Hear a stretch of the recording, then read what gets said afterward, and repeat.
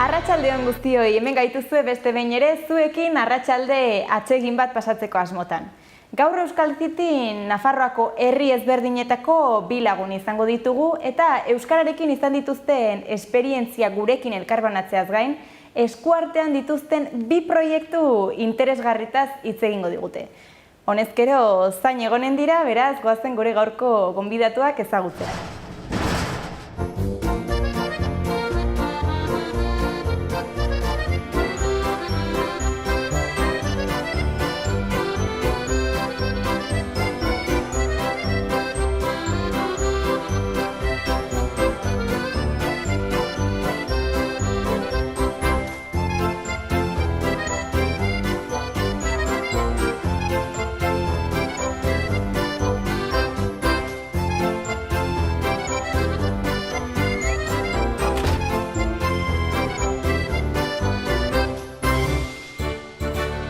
Arratsaldeon, ikusten dut prest ditugula gaurko gure gonbidatuak, igual aurkezpenekin hasiko gara, bai etxekoek zuen berri izan dezaten, nortzareten, ondizatozte, zurekin hasiko naiz, kontatu diguzu, nortza ditugu, ondizatoz?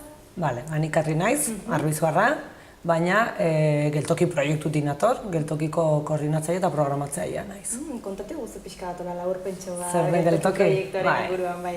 Bai, geltoki duela 3 hilabete pasatxo irekitako gune berri bada.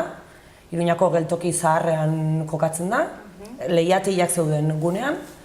Eta oraintxe bada kultura alternatiboa, ekonomia solidarioa eta elikadura burujabetza bultzatzeko gunea. 3 oinarri horiek edo dituzu, ezta? Hori da. Proiektuaren filosofia hori izango dituzu. Hori da. Gero kontatuko diguzu gehiago. Eta zu nortza ditugu, nondi zatoz? Ni Borja naiz, Lizarraldetik nator, eta Eustaldi proiektuko zara nator. Kontatu diguzu, a ber. Ego egiten duguna da nekazaritza ekologikoa. Dauzkagu 3 zutabe nagusi, zintu diena badia barazkiak, bai negutegi barruan eta bai kalean, eta olibondoak beste zutabea, eta gero holan zein zuria egiten dugu. Eta zenbat denbora daramazu? Bagara 3 lankide, amatzagu berez bere hasierak duela 4 urte izan zian, eta hor hasi ginen pixko bat lehenengo pausoak ematen, hor nekazaritza azkenean ikusi bat genuen, gustoko genuen edo ez, etxeko baratzea gauza bat eta... Bai, eta gero hortik lanbide bihurtzea, ez da? Eta holan egon ginen urte eta erdieta, eta gero konpromiso hartu genuen diru laguntzekin eta ritmo azkarrago bat behartzen zaitu horrek eta aurrera. Gaurkoan bi kontu interesgarri ditugu hemen, zenbat ikasi behar dugun. Badakizue solaskideak izango zaretela eta tarte bat izango duzue zuen proiektu horietaz hitz egiteko eta gero baita ere euskarak zetoki duen zuen proiektu horretan, zuen eguneroko bizitzan, izan dituzuen esperientziak eta askoz gehiago. Beraz, bakarrik utziko zaituzte, baina adi egongo naiz, zer esaten duzuen eta gero itzuliko naiz, zer moduz azten ikustera eta, gero arte orduan. Venga, esker. Gabe, fijo. Borja. Meharin, Lizarraldea. 27 urte. Nekazaritza. Betian Izarra, eskolan ikasia. Aitakin, kuadrian noizbenka, eta behartzen gaitun jendearekin gehien bat. Denekin. Amakin igual gustatuko aitzake, baina ez dago prest. Ikasten hasteko. Zukaz. Nahaste borrastea. Posible. Borja, eta nungoa esan duzu zarela? Bai, beharingoa Lizarraldekoa. Lizarraldetik pare bat kilometrora. Bai, eta zu, Arbizuarra? Ni Arbizuarra. Beti danik Arbizukoa? Bai, Arbizuarra gainera... Euskal Kitxiakin? Bai, eta honore handi zen, niretzako beti dut Arbizuarra naizela, mundutik zehar ere. Bai, beti esplikatu behar da, non dagoen Arbizu, baina... Bai, Lizarraldean ere nortasun hori izaten da, igual herri txikitan ezain beste, baina Lizarrakoak esinpe, Lizarra... Bai, ez. Eta bere hinen zenbat biztan lezarete? Beharinen. Bere hinen ez behari. Hori da, bere hinen hemen Iruñaldean. Bai, berea da. 150 bat geha, eta pues horietatik gutxi batzuk euskalduna dira. Hori, euskaldun gutxi. Bai. Bazuk euskara oso ona daukazu, ez? Bueno, bai, erabiltzen detelako, zen berez, nire inguruaneko euskalduna da, ez dugu maizetan, ez dugu bizitza oso euskaraz egiten, ez eta gure artean bai jakin, baina bai, saiatzen geha, gutxinez saiatzen geha. Bai, ez oso ondo hitz egiten duzut. Gurasoak euskaldunak dituzu edo? Ez. Bai, beti esaten diat, ez nahiz eta ezagutzen dagoen jendea, nire ikastolera nahi zen, nire kuadria da ikastoleen kuadria, eta nire hor ardi beltza, esango baino, ez zera ikastolera da, hostia. Baina, hor kasu horretan, nahiz Lizarran dereduko publikoko lehenengo generazioa, eta horra zin... Bueno, gauzak ondo egin zituzten, ez? Niretzako oso maila ona daukazu euskaran, Bai, baina orain landu, geroseago landu etelako. Bai, ez? Baina, urte horiek, nire gurasoak kontatzen dut, ez? Gogorrak izan ziela, ez? Lizarran lehenengo klasea teatzen euskararena, hor borroka ondia egin behar izan zuten, Nafarroako gobernuekin, eta baitzerdi, euskaraz ikasi izan dugu publikoan. Ze ondo, zorionak. Lehenengo urtea izateko... Bai, eta ginen pizkoa bitxo raros, ez? Eskolako... Eta suposatzen dut zure gurasoei lan handia suposatuko ziela horrek, ez? Bueno, egin zituzten... Baina gogoekin egiten denean, ez? Eta bitu, azkenean emaitzak baldin badaude, ondo dago. Eta zu ikastolan ikasia? Bai, ni ikastolan. Nire etxean, adibidez, gurasoek amak ez du euskaraz hitz egiten, aitak bai, bazekien, baina guk etxean erderaz hitz egiten genuen gauza da arbizun gaur egun aldatu da. Gero eta erdaldun gehiago dago, euskara galdu da. Kanpotik datorren jendeagatik? Bai, nik uste dut bai ez, bai. Eta eskolara edo ikastolara doazen aur guztiek euskaraz hitz egiten dute. Baina egia da, garai batetan ni jaio nintzenean eta oso jende gutxi zela erdalduna, eta gero eta gehiago, normala da. Egia da... Gaztelaniako aukera gehiago dagoela, ez? Karo, arbizun irabazi baino galdu egin dugu euskararekin. Baina, bueno, hor gabiltz, ez? Azkenean saiatzen gara, aurrek bai denek hitz egiten dutela euskaraz, gurasoekin zailagoa da, ez? Mintzakide eta badaude saiakerak eta, baina, bueno, zailagoa da, azkenean erderaz ulertzen du, denok ulertzen dugunez erderaz, jendeak tendentzia badaukagu erreztasunera pasatzeko, ez? Hori gertatzen zaigu bertan. Bai, Lizarran gehiago, ez? Azkenean, euneko txikia geha euskaldunak Lizarren. Eta beti, kuadrian bat behar dezu gaztelaniaz euskaraz ez dakinak, denok gaztelania pasatzeko. Eta azketan euskaldun egiten dugu laia behartu gabe egiten dugu aldaketa hori. Bai, norberaren gandago, askotan, osake. Guk adibidez etxean, nire amak ez du erderaz hitz egiten, hori euskaraz barkatu. Hitz egiten du, ilobekin eta hitz egiten du, baina ez dauka soltura hondirik. Baina nik aizpekin dana euskaraz hitz egiten dut, amak dana ulertzen du, gauza da, amari zuzentzen garenean erderaz egiten dugula, baina gure artean, hiru aizpen artean, dana euskaraz hitz egiten dugu, bai. Se pispa de todo. Bai, dana, bai. Eta hilobei eta euskaraz hitz egiten dio, gauza da, jendelduari, orduan ematen diola gauza gehiago, ez, baina...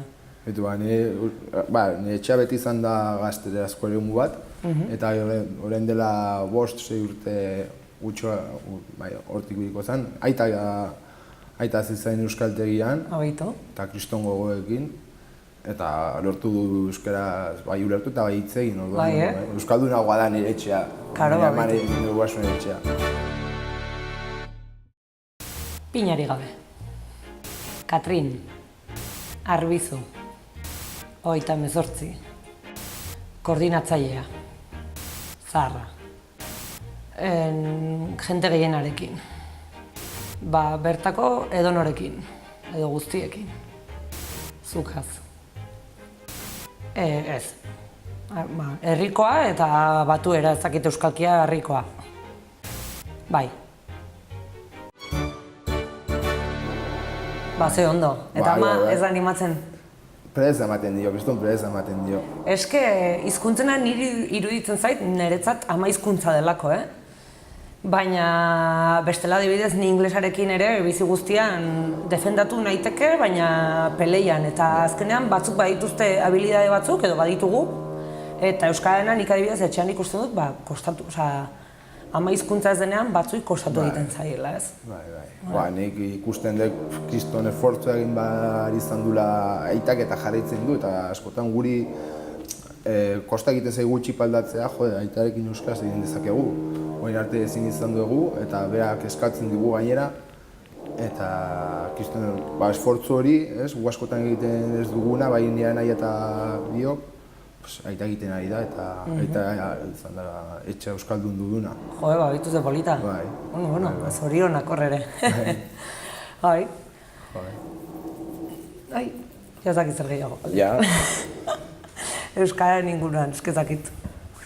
Pike asko daukazue, txarriko euskera, arbizuko euskera...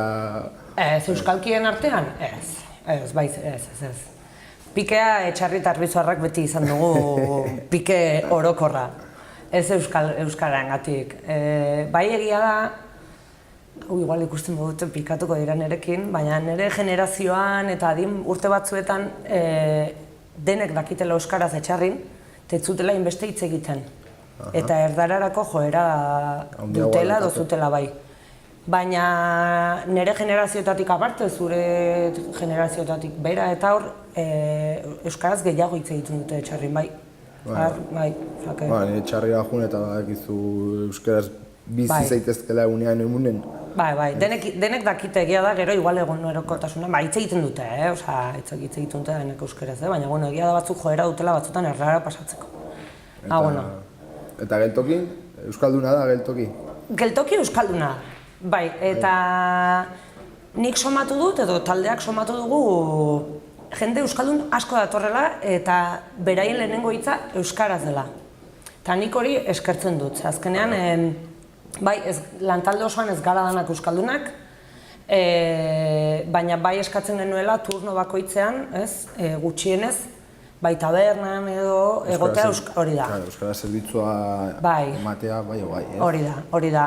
Guretzako oso garrantzitsua da komunikazio guztia elebiz egiten dugu, hori, datorrenean norbait lehenengo hitzak edo gutxienez ez dakienak jarrera ona eduki euskararekiko, eta egun hon, eta ez palin badaki erantzuten barkatu, baina badator nire lankide bat edo denalakoa, bai. Eta zuek? Euskalduna gaia, praktika osotan ez, baina... Bai, eta kontzientzia sartzen zaigu askotan eta jartzen gaur bileretan, txostenak hartu behar ditugu euskeraz eta behar geha gehiago, zen, egunerokotasuna oso azkar dijoa eta batzutan behar dugu gelditu eta pentsatu, venga. Eta, bai, saiatzen geha, eta gure ingurua euskalduna da, bai lanean eta bai, Iruñera gatoz banatzea eta gehien euskalduna.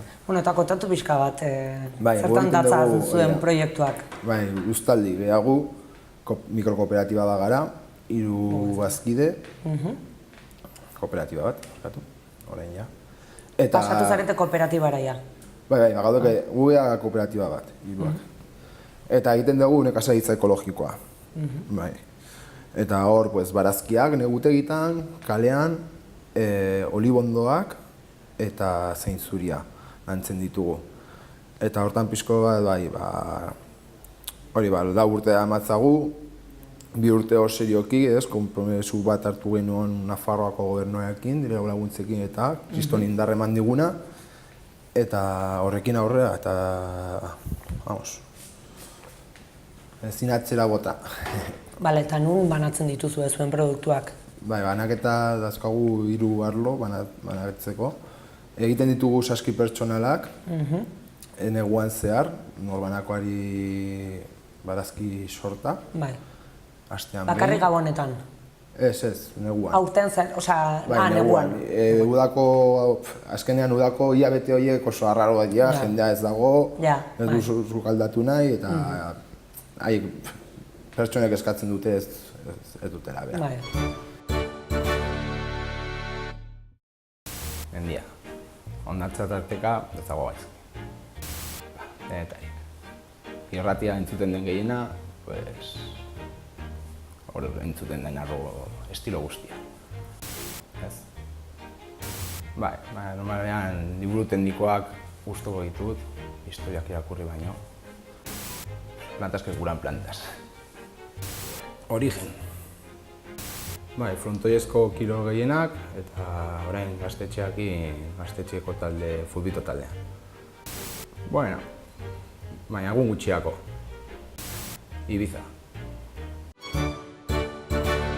Eta gero Iruña manatzen ditugu dendak, oda lehenengo arlo izango zen zure zuzeneko salmenta, gero dendetako salmenta, bai Iruña eta bai Lizarran, adibidez Landare, ezagutuko duzula, Landareko bi dendak eramaten ditugu, Oralde Zarrean ere Josenea, bueno, Katakrak, bai, eta zuekin hitz egiteko tan gaude, eske, behitu, hemen ekatu behar izan gaituzte, ez?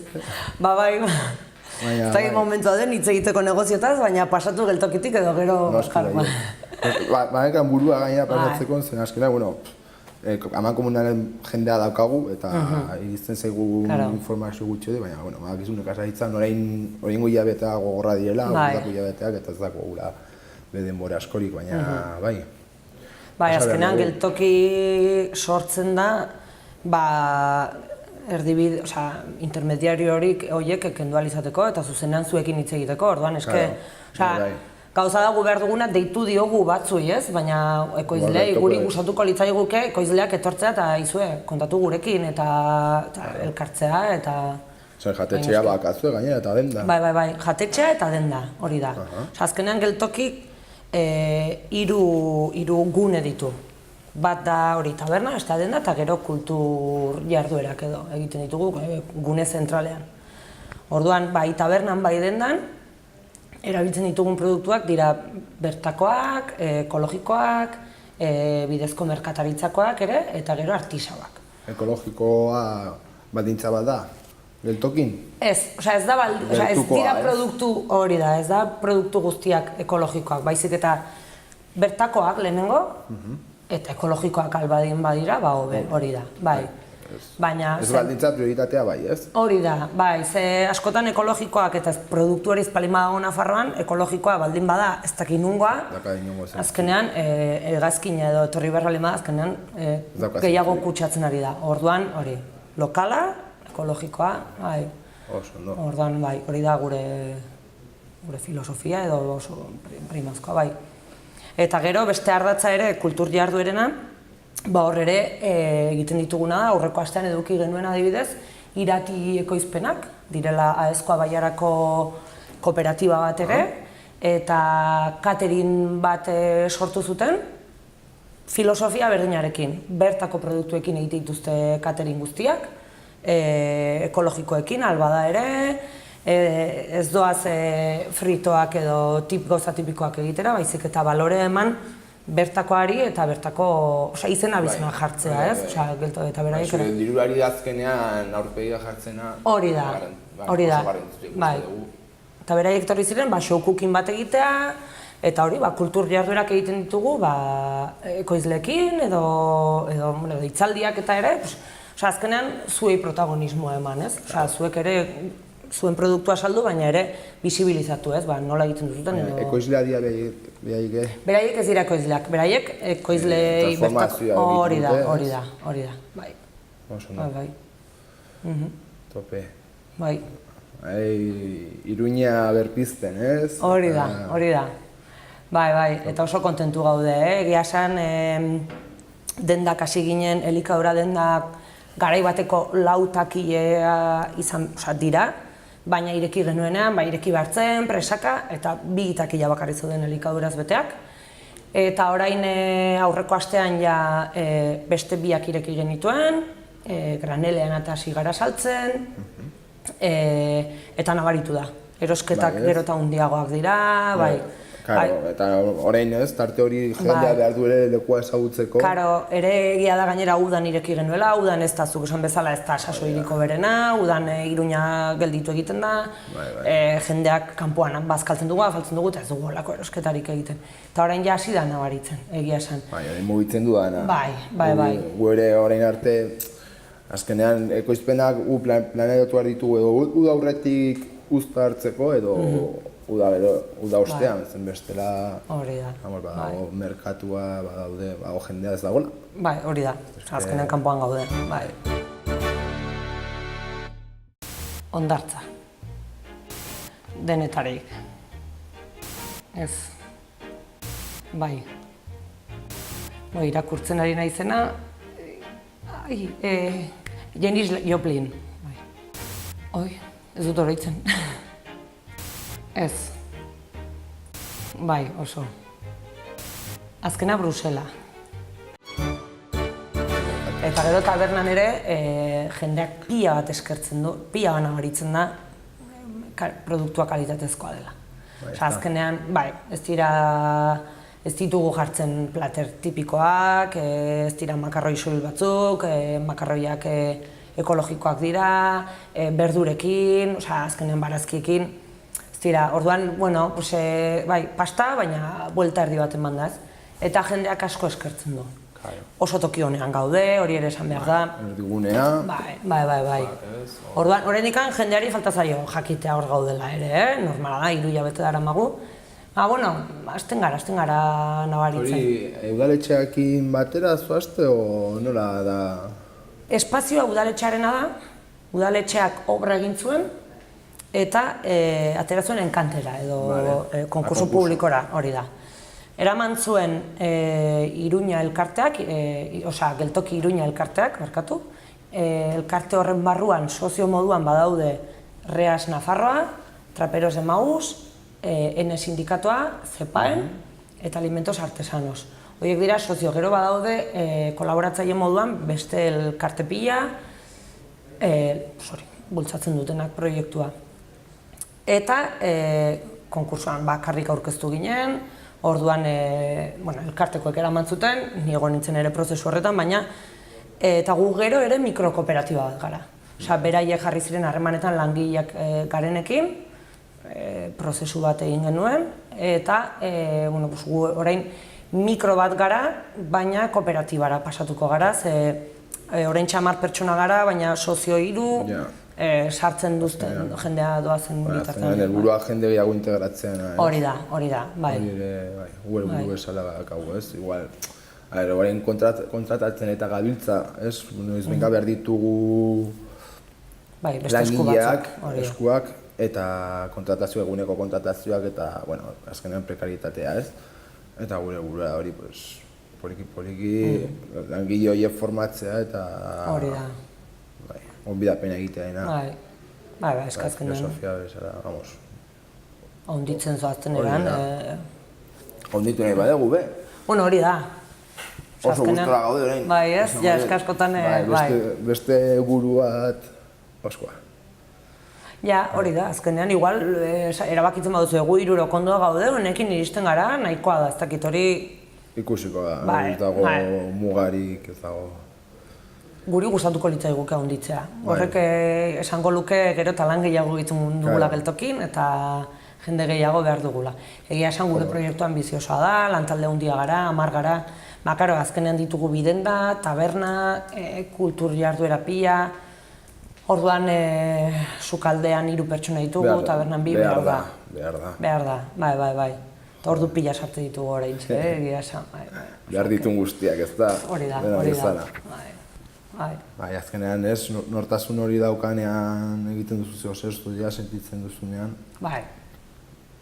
Askotan esaten du, behartzen dut gelditzerela, venga, Borja, etxea, zen bestela, botako zaituzte etxetik. Bai, hori da. Gu bata besteari esaten diogu, askotan, ze igual norberak bere buruari ez dio esaten, baina, venga, ja, listo, gaur amaitu edo zoaz edo... Bai, eta azkenean niretzako oso garrantzitsua da, zuk esaten zenuen ez, norberarena bezala hartzea ez. Ze zuek adibidez, zuek sortu duzute, suposatzen dut, Guri adibidez, etorri zitzaigun, elkarte batetik, baina oso garrantzitsua da norberaren proiektu bezala hartzea, ez? Niretzako nire seme edo alaba bezalakoa da geltoki. Eta orduan, hasieran gauak eta egunak lori egin gabe, eta oso garrantzitsua da horrelako proiektu batetan. Hor ikusten dut, gertatu zen zaigu ez, guazkenean gu sortu ginen erro batetik, zeina, gaztetxeko kuadrilla, hori gaztetxean dibilitako kuadrilla etxoa geha, eta hor sartu genuen gaztetxeko antolakuntza horretan, sartu genuen lana, ez? Egiten genuen nozioa gaztetzea bezala, kultura gaztetzea bezala, eta falta ditzagun gure arlo pertsonala, zeina. Eta hortik sortu ziren hainbat proiektu bat, gurea ez, Uztaldi. Eta hori ez, zein garrantzia daukan norberak sentitzeana, ez? Etorri izan zaigu jendea, Uztaldiri etorri izan zaigu jendea gu onartu izan dugun, eta azkenean hilabetea pasa eta baztertu egin da, ez? Gogorra delako, jendea uste du oso polita da, baina gogorra ere bada. Eta zure ganatzea, ja sortuta dagoen gauza bat, zure ganatzea, zailagoa da, eta gainera errestasunak eman behar dira, askotan ez dakigu nola errestasun horiek eman, ere ez? Bai, eta gaztetxetik, ostras, ze polita iruditzen zaidan, osa... Bai, hor baukagu, batzuen gaztetxean lagun bat, zeinak egin zuen master bat de tipo coach, eta talde dinamikak, eta horan, eta piztu zitzaion bonbila, egin behar dugu zer gure bizitzekin, azkenean zegoen garai bat, zeinak ikasketa bukatu, hemendik honea, eta argi geneukan Lizarran bizi eta lan, edo Lizarraldean bizi eta lan egin behar genuela, nire nahiz ikusten beste leku batean. Eta hortik hasi ginen, kriston kaosa izan zen hasiera bat, 25 pertsona hor elkartzen ginen, lluvia de ideas, egin zakegun, zu duzu gustoko, ze herramienta duzkazu hori aurrera emateko.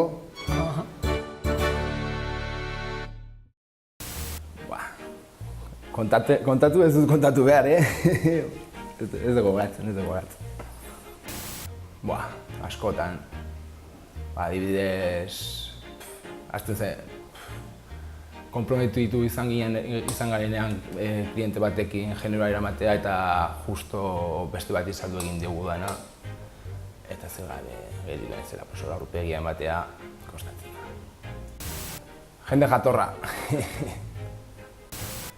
Gutxi ikusteko dago. Herrian mintza txikia da, nire etxea. Lizarra, bertan bizi naizela, Oteizan ere bizi izan naiz, bitan gustora. Ura. Asko.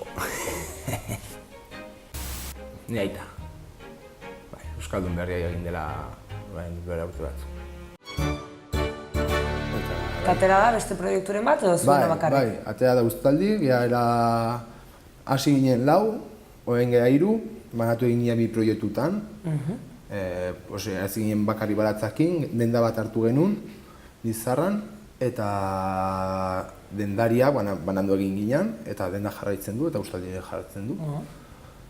Gero mugitu, abentura, hau egiten dute kirola abentura, tirolinak egin ditzazkezu haiekin, Urbasako abentura parkea gestionatzen dute, Hola Raonan, Rokodoma dakate Lizarran, kaiak, ludotekas, hori da pizko haien... Gero, pizko bat aurretik gu, baina horretik sortutagoa zeona, baina gurekin elkartu izan zen Txiritinga, da errezuko jatetxea, errezun dago jatetxea, famatu egiten ari da, bera hamburguesengatik, hori Lizarraldean.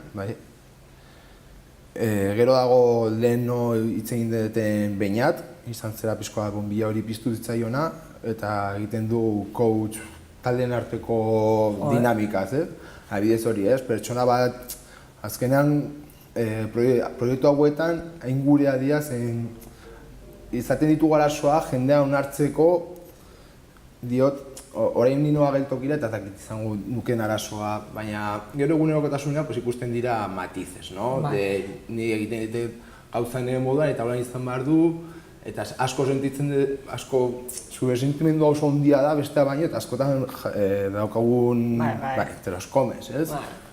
Orduan, pues horri lantzeana eta... Zu Borja hori harro egongo da, ez? Lortutako guztiekin, bai, Beñat deitzen da. Oi, Borja, joder. Borja ni nahi. Bai. Nita izenak, desastre hutsa naiz, aldatzen dizkiot izenak jende guztiari. Beñat hori da. Bai, Beñat eta Asier, gai hori pizka bat hor burua jarri zutena.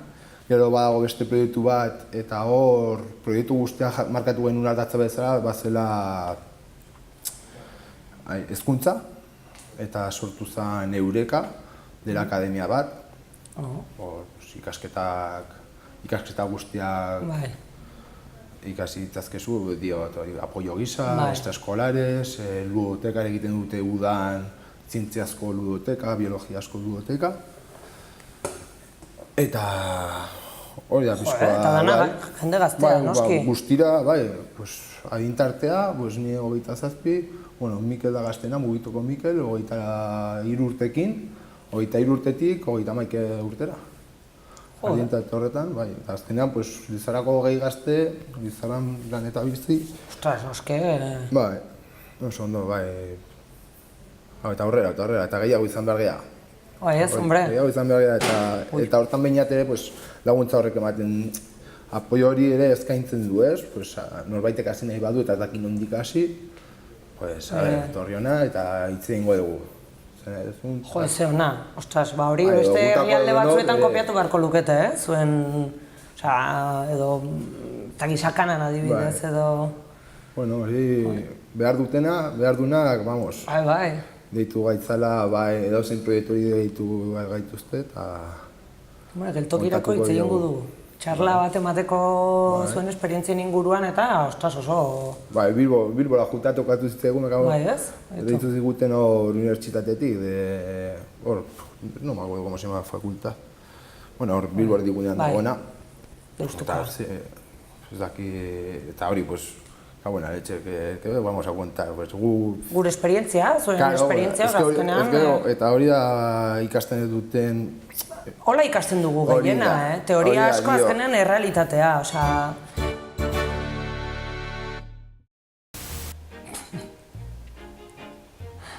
Oso txarra naiz, ez dakit hori baiz. Zaizki txistea gustatzen eta esaldiak oroitzeko oso txarra naiz. Bai. Baina askotan, baina oraintxe ere ez dut bat ere... Falta? Ezer. Jendea ezagutu, txistorra jan, eta norbaitekin hitz egin. Herri, Bizkaiko kostako Getxoko portua adibidez. Lagunak.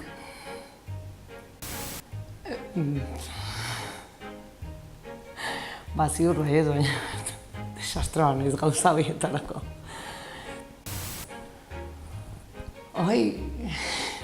Eski gorrotu ditutolako...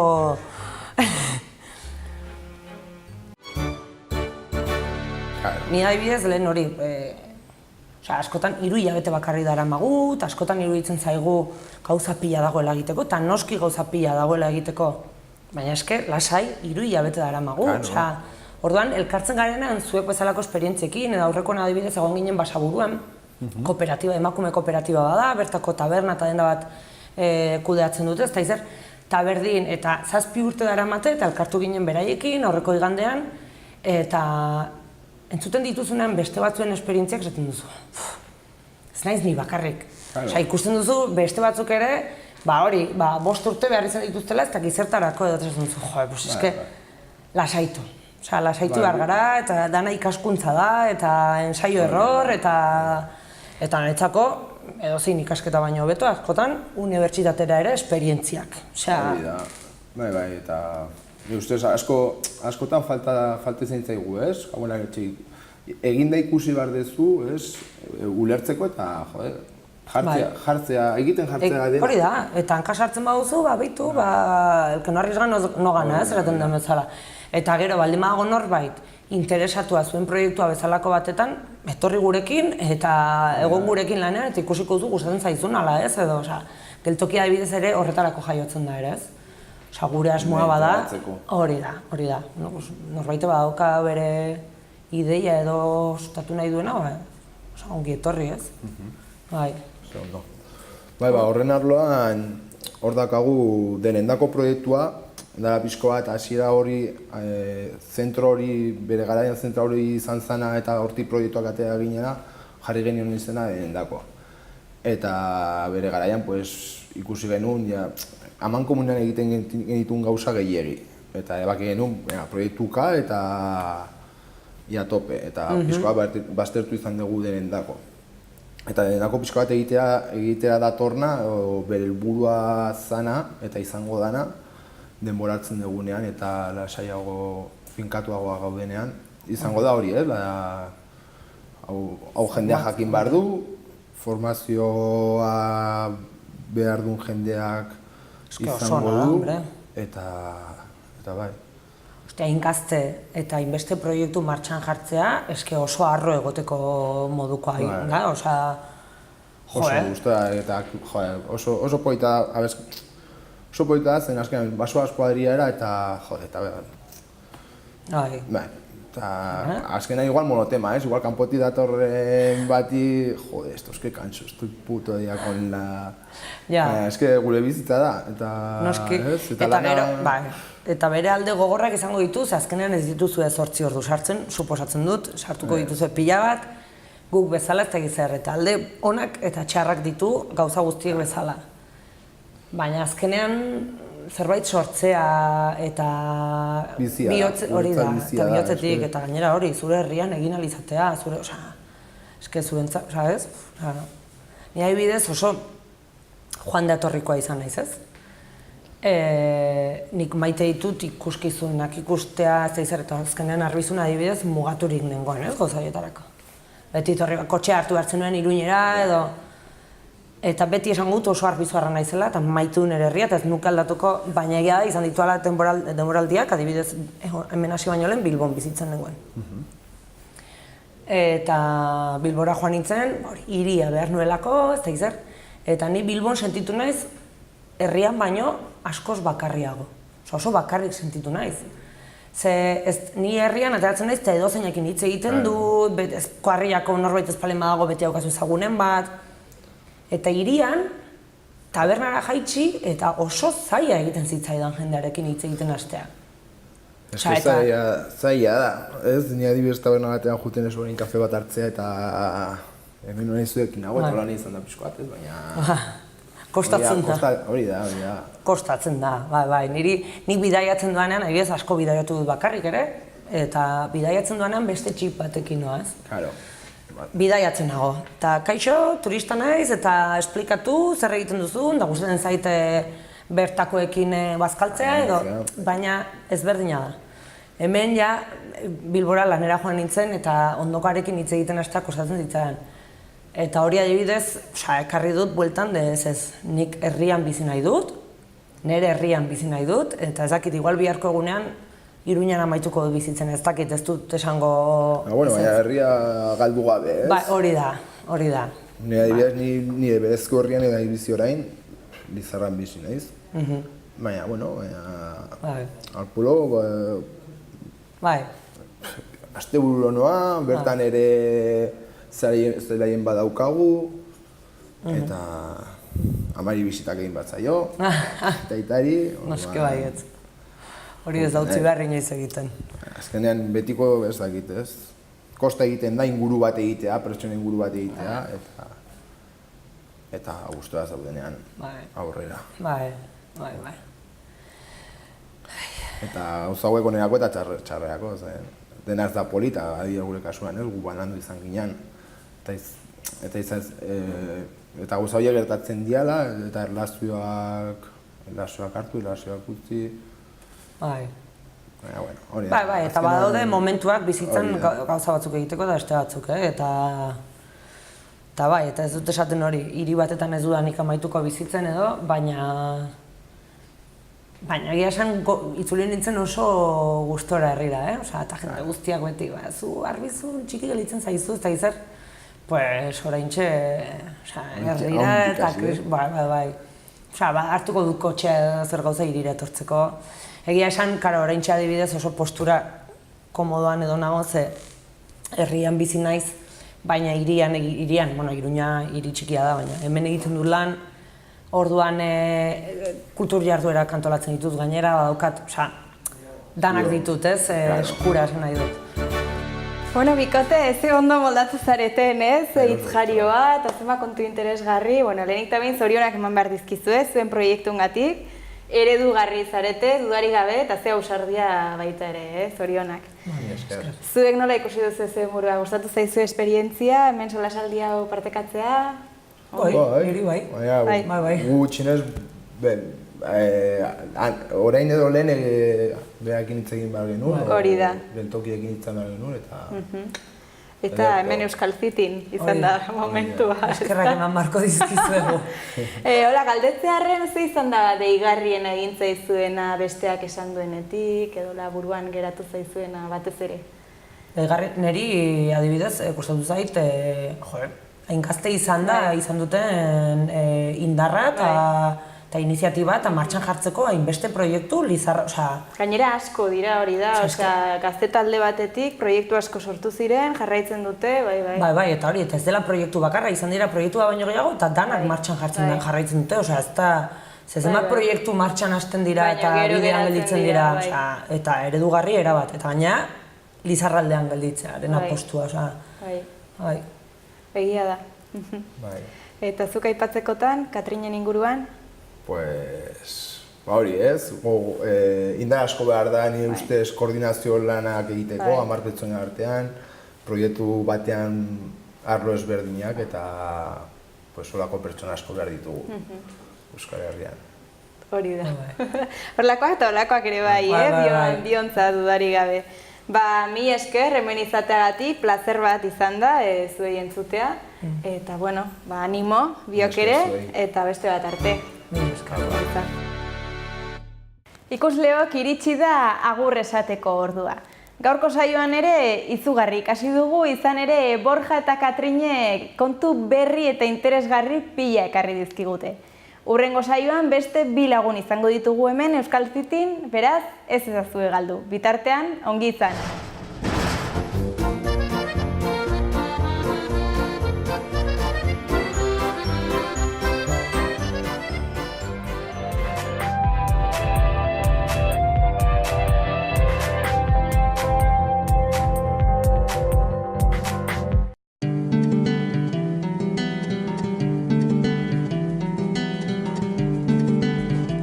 Saio hau Nafarroako Gobernuak diruz lagundu du.